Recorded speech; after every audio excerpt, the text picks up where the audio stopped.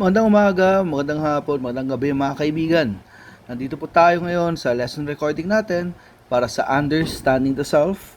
Ito po ay ang mga lessons natin sa Prelims. Now, Understanding the Self, it is a foundational course designed to explore the complex nature of human identity and consciousness. This subject tries to examine the self from multiple perspectives, from multiple dimensions, at ang mga iba't ibang mga na-research, iba't ibang mga studies about the self, no? And this course encourages students to reflect on their own identities and the factors that shape them. Ano ba yung mga epekto ng iba't ibang mga factors, no, sa pagdevelop ng self, no, ng isang tao? Ano ba yung dynamics ng culture, society, yung iba't ibang mga personal experiences. And this subject believes that by integrating this different perspective, students would gain a holistic understanding of the self, sa development ng self, and of course, its impact on your personal and professional life.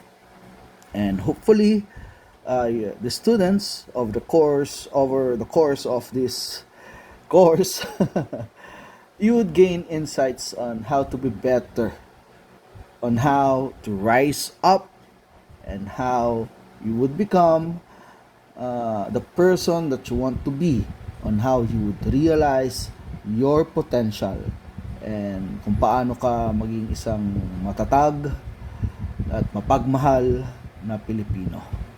Boom! Okay, so let's start. Let's start our discussion on the debates and issues of the self, no? So basically, marami tayong mga pinagdedebatehan tungkol sa self, pero let us just focus on three things, no? Para di naman tayo ma-toxic, no? On what are these three debates on the self, no? So the first one is the self versus identity. And we also have nature versus nurture, and we also have singularity versus generality, no? So ulitin natin, self versus identity, nature versus nurture, and singularity versus generality. Now, talking about self versus identity, ano bang sinasabi ng self, no? So pag sinabi nating self, it refers to the individual's perception of their own existence, their encompassing thoughts, emotions, and consciousness. And we could say that the self is internal, no? At ang self ay iba't iba mula sa mga tao, no? From person to person, it is subjective experience that is uniquely personal. Kaya nga hindi mo pwedeng sabihin na di mo kasi napagdadaanan yung napagdaanan ko. Yeah, of course, no? Because that's your own personal experience. And if we're talking about identity, it's how the self is recognized and classified within a social context, no? It includes characteristics like gender, no, ethnicity, nationality, profession, no, social roles, no. Identity is shaped by what do society expect on you, on a person, no. The cultural norms, no. Cultural norms, ito yung ano ba yung pwede o hindi pwedeng gawin sa isang lugar. Like for example, pwede kang ibeso ng iyong jowa, no, ng iyong partner, no, but you couldn't, mahirap gawin yan sa isang funeral, correct? No, hindi ka pwedeng makipag romantic, you don't need to have romantic activities if it's a solemn experience, no, kasi it's taboo, no. And of course, another thing that shapes identity is your own personal experience, no? But basically, meron kasing dynamic interplay between self and identity, no? Kung minsan nga akala natin identity is self, self is identity. Kaya yung mga tanong na parati mo lang ba akong nakikita na nanay mo, parati mo lang ba akong nakikita na jowa mo, parang ganoon, no? So iba naman ako, no? So for example, consider a situation where an individual's identity conflicts with their self-perception, no? And ang isang example natin dito Oh my God. Ang isang example natin dito, yung What's Wrong with Secretary Kim. Yeah, correct. Yung Korean novela, no? I think nasa Netflix siya ngayon, no? Yung What's Wrong with Secretary Kim, no? Because the whole dynamics, the plot of the series involves the main character na nagkakaroon ng problema sa identity niya na sa pagiging secretary, no? Sa pagiging secretary niya at doon sa self-perception niya, no? Yung feeling niya inadequate siya, feeling niya nakakalimutan niya na yung sarili niya. So, kilala na lang ba ako bilang Secretary Kim? So parang gano'n, no? So, it's a good show. Nag-recommend na. Now, on a more serious example, we examine the story of Malala Yousafzai, no? Malala Yousafzai is a Pakistani education activist, no? Na yung identity niya is as a student, and she advocated for girls' education. Pero yun nga, anong nangyari sa kanya, no? What's the reason, no? Kung bakit na challenge yung identity niya, no? I'll take note, Malala Yousafzai is the youngest Nobel Prize laureate in history, no? And the second Pakistani to receive the award, no? So what's the story sa kanya, no? So outspoken proponent siya sa Afghanistan, no? For girls' right of I think it's Pakistan, I'm sorry, no? Outspoken proponent siya for girls' right to education, no? And yun nga, in that culture kasi, Yousafzai is often in danger of her beliefs, no? And yun nga, binaril siya ng mga Taliban. But even if yun nga, binaril siya ng Taliban, she continued her activism and even started, no, Malala Fund with her father, no? And pinaglaban niya yung karapatan hindi lang niya na makapag-aral, pero yung ibang mga kababayan niya, no, sa Pakistan, no? And yun, because of this, yung self-identity niya, it still remained resilient, no? Still remained persevering despite the different challenges. The self-identity, no?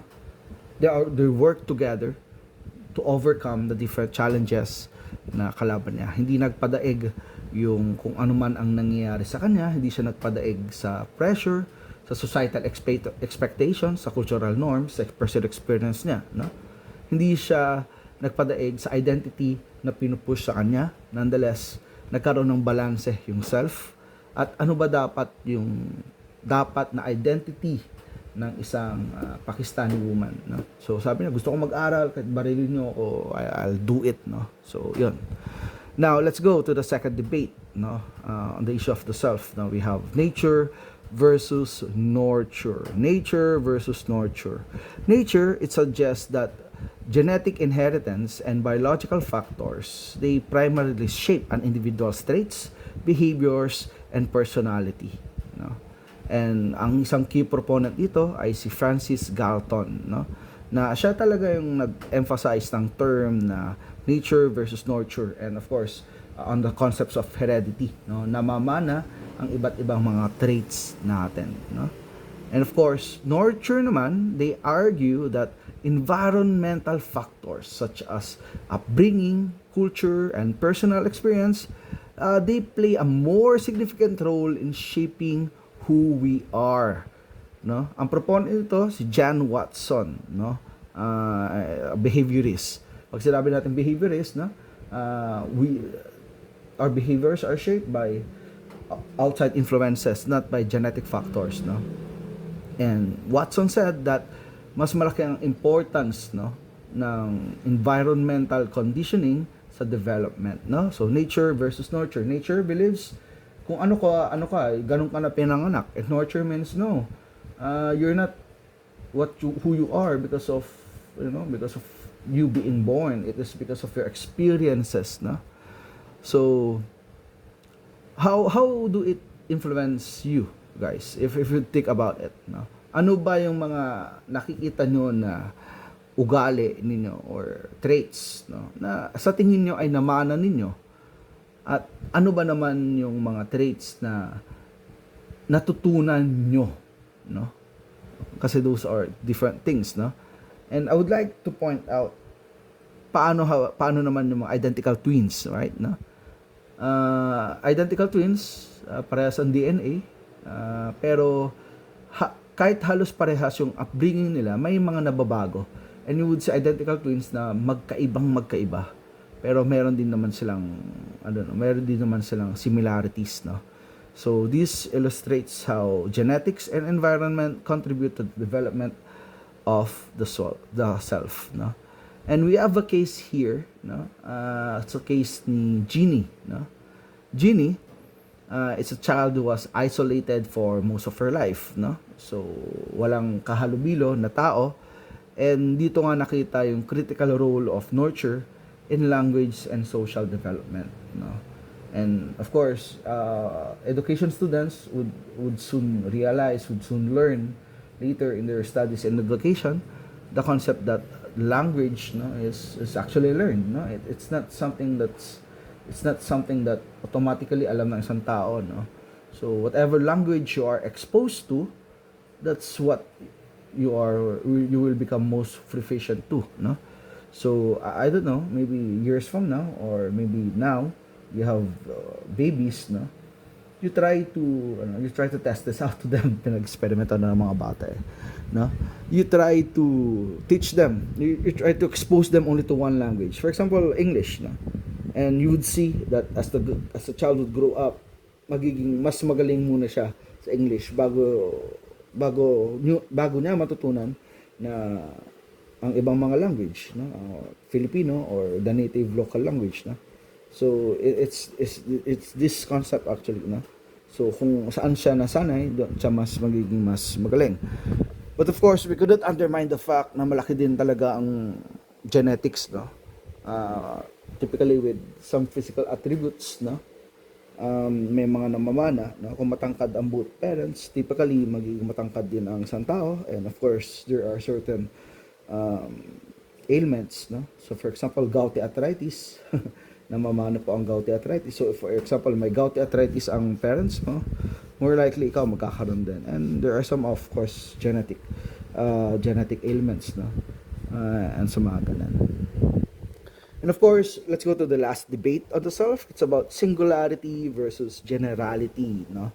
If we talk about singularity, this concept asserts that each individual is a unique entity with a distinct set of experiences, traits, and characteristics, no? So bawat individual ay may kakaiba, may sa kanya lang na experience, no? Ang proponent dito ay yung existentialist philosopher tulad ni John Paul Sartre, no? Or John Paul Sartre. I don't know how to pronounce it, so pasensya na po, no? So John Paul Sartre argued that individuals create their own essence through choices and actions, no? So you create your own adventure sa mga iba't ibang mga pinili mo na desisyon sa buhay. And generality naman, no? They would say that there is universal characteristics shared among all humans, no? May mga pare-parehas tayo na experience that, no, there's a collective, no, sharing that is happening, no? And this perspective is often seen in the works of Carl Hume, no? Who proposed the idea of collective unconscious shared by all humans, no? So let's parang example dito, na consider a scenario that you would meet someone from a vastly different culture. For example, no, we would have a visitor from Japan, no? So a Japanese person, no? So which aspect of the self would they find common, no? Common, and which would be unique, no? So this is actually asking, what are your shared, no, your general experiences, no, na nangyari sa kanya, nasa Japan, nangyari din dito sa atin sa Philippines, and what would be the experience which is unique, no, nung singular lang sa Pilipinas, no? And you discuss how understanding both perspectives is important in fostering empathy and global understanding. Of course, all of us are unique. no? But in our uniqueness, there is there is there's the need to bond with each other, to share the collective spirit, which is called being human, no? And one example here is one of my favorite psychologists, Viktor Frankl. No? Viktor Frankl is a Holocaust survivor, no? Psychologist. What happened to him is he's a Jew, no? Hudyo, no? And his whole family was killed in the Holocaust. All of his belongings gone, no? So imagine na, lahat ng kakilala mo, all your friends, all your family members, all your community, they all died. And they didn't die peacefully, they died screaming, no? They died being treated less than animals. But the part here is Viktor Frankl still found meaning in life despite these horrific circumstances.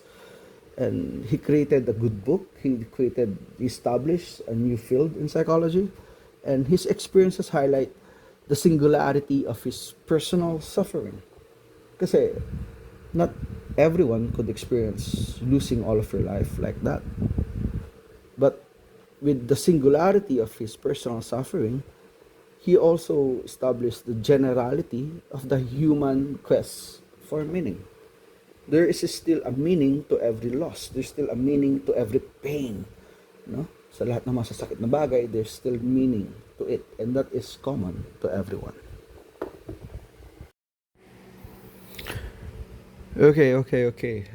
So now let's start on the philosophical perspectives on the self. No? So here we're going to talk about different philosophers.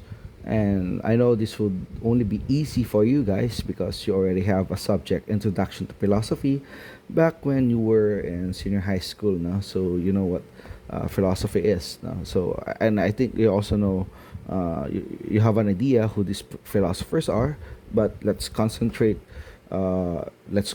lang on anong masasabi nila on the self. No? So of course, all conversations on philosophy must start with Socrates. No? Socrates, he is known as the father of Western philosophy, and Socrates focused on self-knowledge as the highest form of wisdom. No?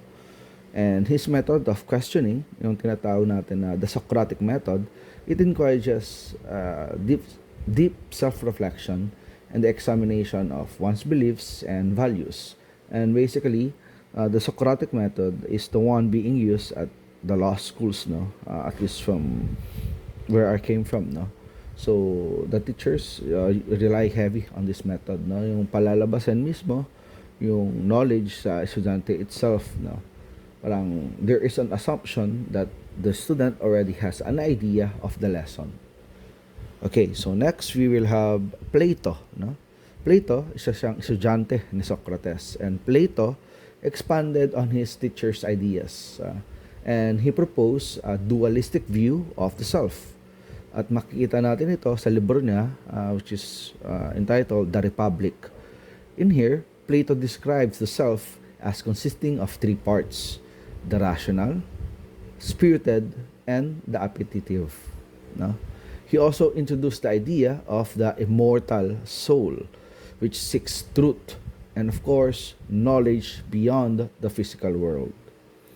Now, meron isang magandang ang thought process or thought experiment sa Plato, no. Ito yung tinatawag natin na allegory of the cave. The allegory of the cave. It is a concept devised by the philosophers to think on the nature of belief versus knowledge. The allegory, the story begins with prisoners, no, who have lived their entire lives chained inside a cave. But behind the prisoners is a fire. But between the fire and the prisoners are people carrying puppets or other objects, no? And so yun. So there is the fire, then there are the puppets, and there are the prisoners, no? And because of the puppets, they cast shadows on the opposite wall, at yun yung nakikita ng mga prisoners. The prisoners, yun lang yung nakikita nila. They watch those shadows and they believe that that is their reality, because they had been there since birth, and that's the only thing that they know and nothing else, no? The shadows are what they see. Yun lang ang nakita nila. And Plato posits that one prisoner could become free, no? And he could finally, the prisoner, the escaped prisoner, could finally turn around and see that there's fire, and there are people carrying puppets, and the shadows are fake, no? So what they're seeing for the entirety of their lives is fake, and that prisoner who escaped could go out of the cave and discover that there is a whole new world outside that the prisoners don't know, that they're previously unaware of. And the prisoner would believe that the outside world is much more real than that in the cave, of course, no? Because what's in the cave are only shadows, but kung ano yung nasa outside ng cave, that's the real world. And he would try to return to free the other prisoners. He would tell them the good news that, hey, there's a brand new world out there. But upon his return, he is blinded, no? Nabulag siya because his eyes, nasanay lang sila sa dark, sa loob ng cave, and they're not accustomed to the actual sunlight outside. So natakot yung mga prisoners, the chained prisoners, because they would see the blindness, and yun lang ang nakikita nila, and they would believe that, they will be harmed if they try to leave the cave. So some of them, they believe the blind escaped prisoner, but some of them would, what, we're cool here, we'll just remain chained here, and whatever, So that's the allegory of the cave, So this brings us, some people, what they see are shadows of the self. What they see as an illusion, what they see are lies. But of course, there are some people who could manage to rise up above that, to transcend above that, evolve, and they would see that there's a whole new world beyond the shadows, beyond what the puppet masters want you to see. But with that knowledge comes, a sacrifice.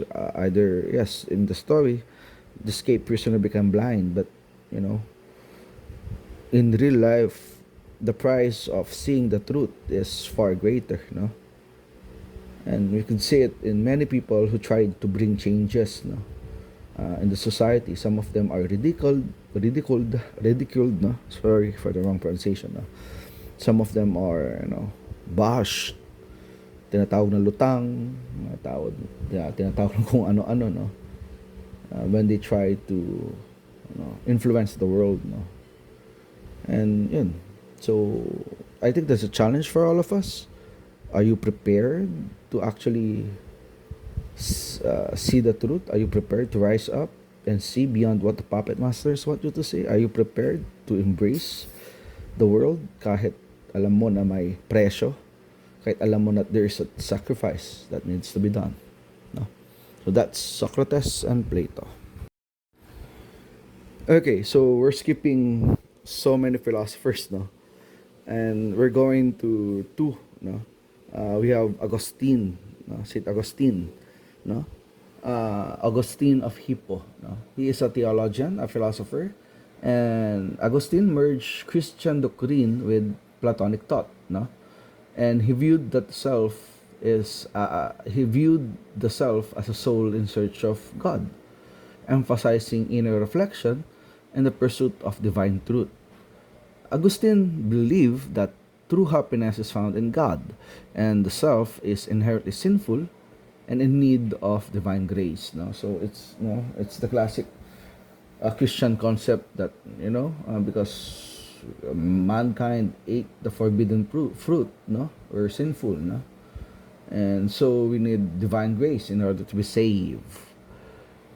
And we also have here Al-Ghazali, Al-Ghazali, a prominent Muslim philosopher, theologian, and mystic. Al-Ghazali offered significant insights into the concept of the self. In his work, oh my god, pasensya if ever ma-mispronounce ko to, no? In his work, Iya Ulum al-Din, The Revival of the Religious Sciences, he explores the nature of the soul and the self, emphasizing the importance of self-knowledge and spiritual purification. Al-Ghazali believed that the true self is the soul, which must be cleansed, dapat siyang ma-cleanse of worldly desires to achieve closeness to God. He viewed self-discipline, introspection, and moral development as essential for realizing one's spiritual identity. Now, if we would compare the philosophies of Augustine and Al-Ghazali, we could see that they have some similarities, even if they live far long. No, so they did met because Augustine died in 430 CE. While Al-Ghazali, he was born 1058. And of course, Augustine is a Christian, and Al-Ghazali is a Muslim. But nonetheless, there are some similarities on their concepts on the self, particularly on the soul and the divine connection. So Augustine believed that the self is a soul searching for God, and true happiness could only be found through divine grace and inner reflection. And that's the same with what Al-Ghazali is saying, that the self as the soul, emphasizing that achieving closeness to God or to Allah requires purifying the soul from worldly desires. So it's like the same with Augustine. And both of them, they would the concepts of inner reflection and self-knowledge. Augustine would emphasize the importance of introspection to understand one's relationship with God and to seek divine truth, while Al-Ghazali stressed the importance of self-knowledge and introspection for spiritual purification and moral development. And the third similarity between them is that spiritual purification. Now, Augustine believed that the self, being sinful, needs divine grace for transformation, for true happiness. While Al-Ghazali would also say, na tama ka, he viewed self-discipline and cleansing of the soul as necessary to achieve spiritual closeness to Allah, to God, and realize one's true self. But nonetheless, even if they're almost the same, they have, of course, some differences in the religious context.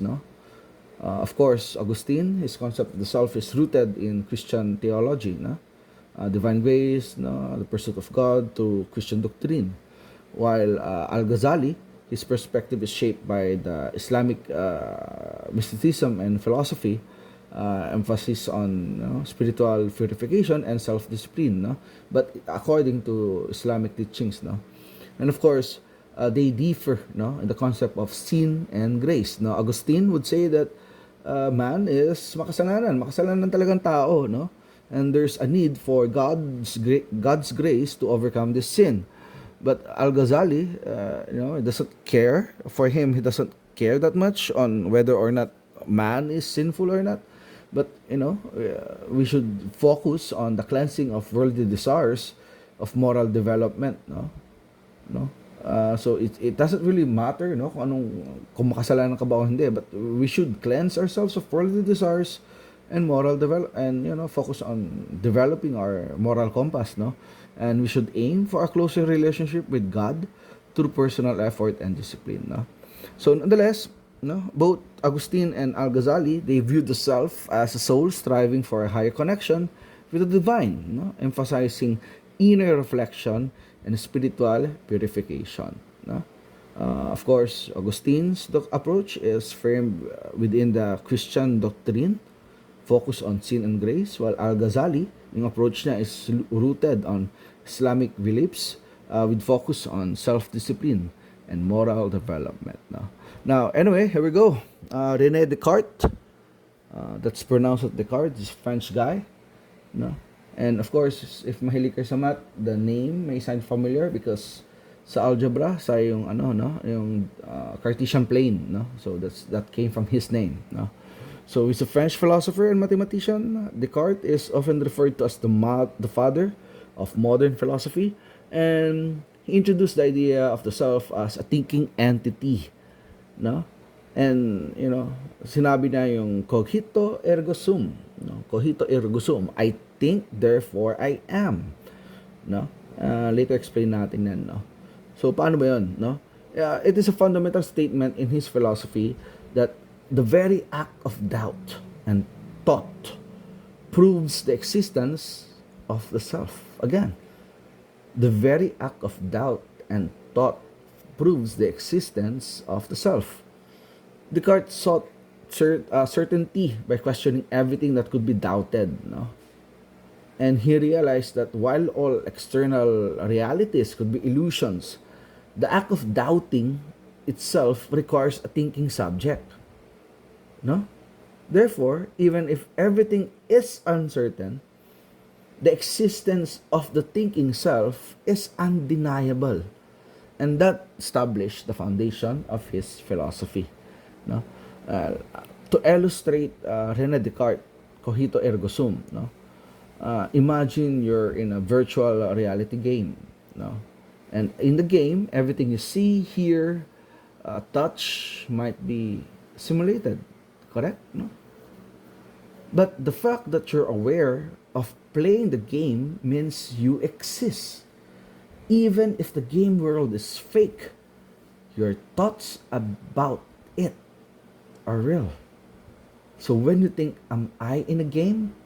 The very act of thinking confirms that you, the thinker, are real and you exist. Just like Descartes' realization. Okay. So yun, no? Yun yung konsepto ni Rene Descartes sa self, no? And here we have John Locke, no? John Locke, English philosopher. From France, we go to England. And Locke is considered as one of the most influential thinkers of the Enlightenment. Enlightenment, of course, it's a period in philosophy. It's a period in history, no? Kasi parang we divided the history into different ages, Roman times, classic times, etc., etc. No, so the Enlightenment, no, he introduced the concept of personal identity based on a continuity of consciousness, rather on focusing much on the soul or the body, which the other philosophers tend to do, like what Augustine, what Al-Ghazali, what Plato and Socrates do, no? So John Locke, he focused more on consciousness, no? And Locke argued that memory is the key to personal identity, because as it connects past experience with the present self, no? And yung isang pinakaastig na konsepto ni John Locke is yung idea ng tabula rasa, no? So, but take note, tabula rasa has existed even before John Locke, but he has been the one na nag-widely popularized nito, no? So, sa kanang isang libro, no, sa not actually libro, but of course it was codified, but it's actually an article, no, an essay concerning human understanding, no. And he used the term tabula rasa, no. Particularly yung term na ginamit is white paper, pero naging tabula rasa na lang, no. Tabula rasa, what's the theory? That at birth, the human mind is a blank slate, no, without rules for processing data. And the data is added, and the rules for processing are formed solely by one's sensory experience, no. So, yung isang tao, pag pinanganak, blanco, tabula rasa, blank slate, white paper, no? At how that person behaves, thinks, feels, or whatever, these are brought by the experiences that the child will experience, by the values that the parents would teach, by the social cues that society would bring, no?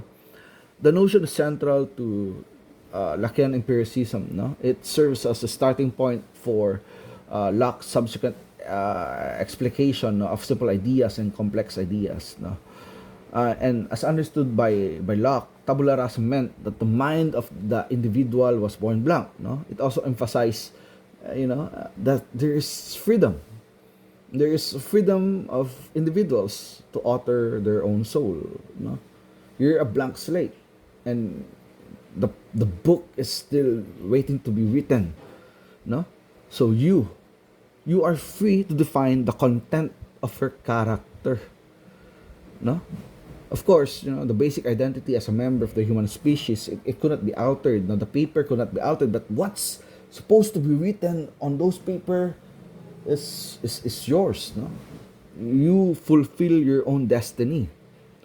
And this presumption of a free, self-authored mind combined with, the immutable human nature lead to the doctrine of natural rights. No, these natural rights are later developed into human rights. Locke's idea of tabula rasa is frequently compared with another philosopher, Thomas Hobbes' viewpoint of human nature. No, but we'll not talk that much of Thomas Hobbes at this point of the lecture. No. So anyway, so that's John Locke. No. Okay, now we move on to David Hume. No, David Hume. David Hume from France. Descartes is from France. No, John Locke is from England. We go to David Hume. No, from Scotland. No, Scottish philosopher. Of course, technically it's part of UK, but Okay. Anyway, Scottish philosopher. Hume challenged the concept of a permanent self, no? And he argued that what we consider the self is merely a bundle of perceptions without a true unity. According to Hume, the self is an illusion. We never really experience the self directly. Now, what we only have are perceptions. Sabi niya, no? Perceptions lang ang meron tayo. No? And if you're familiar with a story, no, the story of the blind man and the elephant, no, this can be used to illustrate David Hume's perspective on the self. No, Hume argued that the self is not a singular, unified entity, but rather a bundle of perceptions that are constantly changing. Doon kasi sa blind man and the elephant, it's like there are blind men, they don't know what an elephant is. So one time there's an elephant, and because they couldn't see, they are just to touch different parts of the elephant, no? So yung iba napunta sa chan, yung iba sa tail, yung iba sa ears, etc., etc., no? And people would say, yung isa, hey, the elephant is broad, no? So the elephant is like a wall. Bakit? Na kanyang nahawakan yung chan, no? Malapad na chan. And yung iba naman, no, the elephant is just a snake, no? Kasi nahawakan niya yung buntot. No, the elephant is like a tree kasi nahawakan niya yung tawag na dito, hawakan niya yung leg, no? No, the elephant is, it's like a fan kasi naman ears and etc., etc., because they are holding different parts of the elephant. And that is just like what our perceptions are, no? What our senses are. Like, they do give us different ideas and we try to make sense of it, but sometimes we don't have enough information to make a sound judgment. So yun. So there are times talaga that we make incorrect assumptions because we have, incorrect information, no? Not incorrect information, but incomplete information, no? So just as each blind man perceive only a part of the elephant and not the whole animal, Hume also believed that we only perceive individual experiences and emotions, not a consistent, enduring self. And that's that is both the what makes humans bad judges of character, but also that what makes also humans also good at them. Sabi ko bad kasi nga we are prone to make judgments that have no basis. So we grossly misinterpret many things, but at the same time it's inspiring because we could do a lot of things even if we don't have the complete information, no? So we could do great things even if this is so. So anyway, this highlights his idea that the self is a collection of separate, fleeting experiences rather than a stable core identity. Okay, now let's go to, saan bansa na tayo? Germany. No? Let's go to Germany. Let's talk about Immanuel Kant. Immanuel Kant is a German philosopher, and he argued that the self is not just a passive recipient of experiences, no, but an active agent that organizes and synthesizes experiences. No? And he introduced the concept of the transcendental ego. The transcendental ego. Ang ano no, parang ang hard pronunciation ko nung umpisa. So, sabi na dito sa transcendental ego, this is responsible for the unity of consciousness. And Immanuel Kant's concept of the transcendental ego refers basically to the idea that there is a unified self that organizes and makes sense of all our experiences. And this self is not something we directly perceive, di natin to nakikita, but the underlying structure that allows us to have coherent experiences and thoughts. No? It's like, paano ba to? It's like the operating system, OS of your mind. No? Of course, we know what OS is. No? If you're using an Android, no, it runs on Android OS. If you're using an Apple, no, there are different, OS for it. If you're using a desktop, basically it mostly runs on the Windows. If you're using a MacBook, no. Anyway, we know what an OS is. No? It's always working in the background. It's making sure that everything you think, you see, you feel, it's connected. It makes sense. No? So even if you don't know how it works, it just works, right? So yun din yung self, no? So it makes everything connected, no? And makes sense. And the transcendental ego ensures that our thoughts are not random, no, but a part of a consistent self. Okay, so that's Immanuel Kant. Now let's go, no, to one of my favorite, no, Sigmund Freud. No? Sigmund Freud, no, it's a model. The model of the self is foundational in understanding human psychology, and he proposed that the self consists of three interacting parts. May tatlong parts ang self, no. We have here the id, no. It represents our basic primal instincts and desires, like hunger, aggression, sexual desires, no. And it operates unconsciously. Di natin ito nakita. But you know what? It seeks immediate gratification. No? That's id. No? We also have ego. The ego is the rational part of the self. No? So the ego, it mediates, no, between id's desires and the realities of the external world. No? Parang siyang gwardiya. No? It helps us make decisions that are socially acceptable and realistic. And last but not least, we have the superego. The superego, it's our moral conscious. No? It influenced by societal norms, values, and parental guidance, and it imposes ethical standards such as, no? And it also gives us the feeling of guilt, no? And it strives for perfection. No? So we have here an example, no? Kunwari nagda-diet si Mr. Ontalasco kasi mataba na siya, no? At inaapi na siya ng mga estudyante niya sa HM at TM, no? So, meron siya nakitang piece of cake, no? Cake, no? Yung id, sinasabi sa kanya na eat that cake immediately, no? Finish it, one bite, let's go. Yun ang sinasabi ni id, no? Pero si superego naman, sinasabi ni superego, no. Mataas ang calorie niyan, no? We have to listen to our health goals, no? Yun ang sinasabi niya. But ego, no? Ego naman, 'di ba? Ano bang sinasabi ni ego? Siya yung mediator, 'di ba? So, siya yung gumagawa ng socially acceptable na decisions, na sasabi niya, no? So, let's compromise.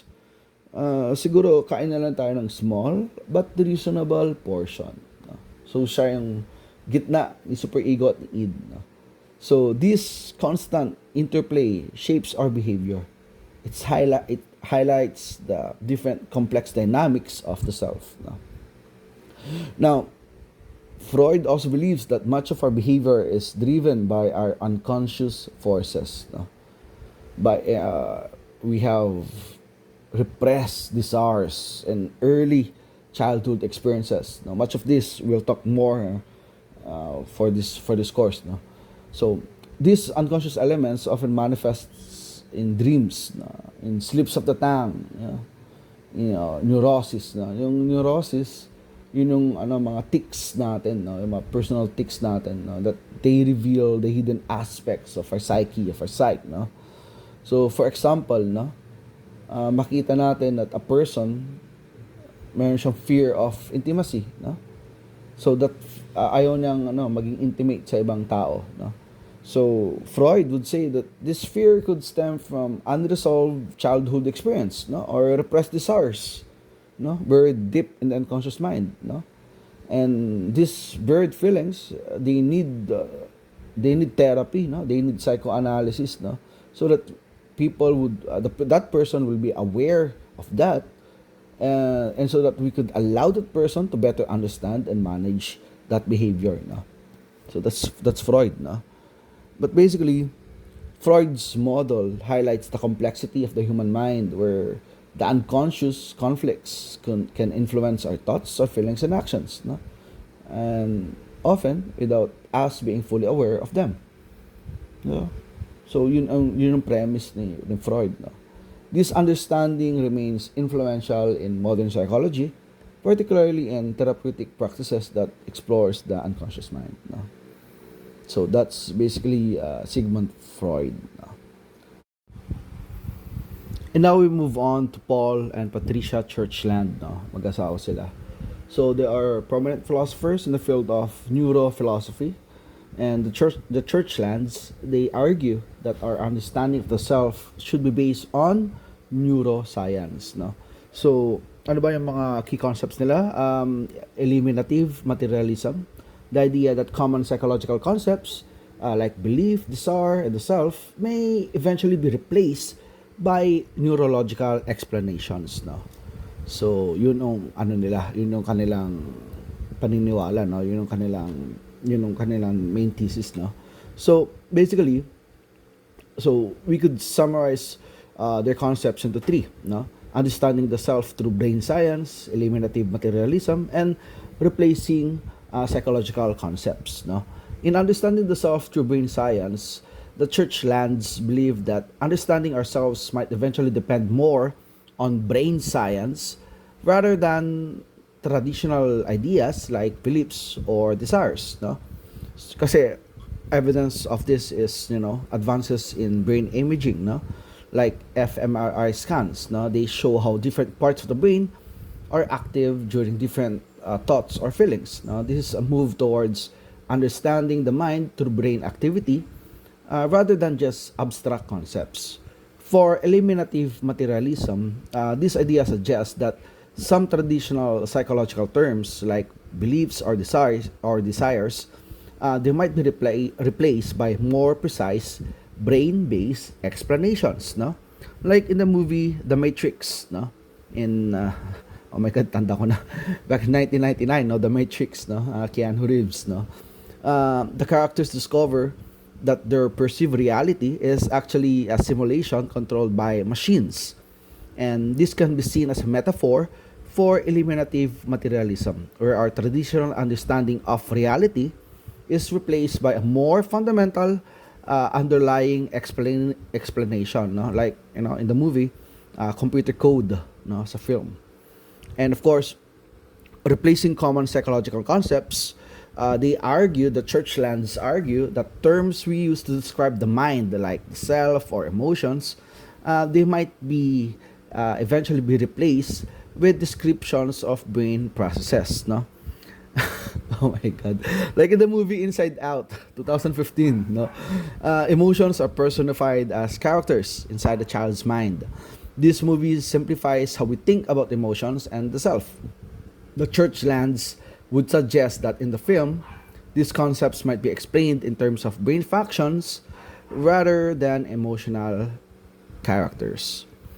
Paul and Patricia Churchland think that our understanding of the mind should focus more on brain science. They believe that traditional ideas like beliefs and desires might eventually be replaced by scientific explanations of how the brain works. Using movies and modern technology, mas makita natin, mas ma-expand yung view natin, on how the mind might shift towards more scientific understanding.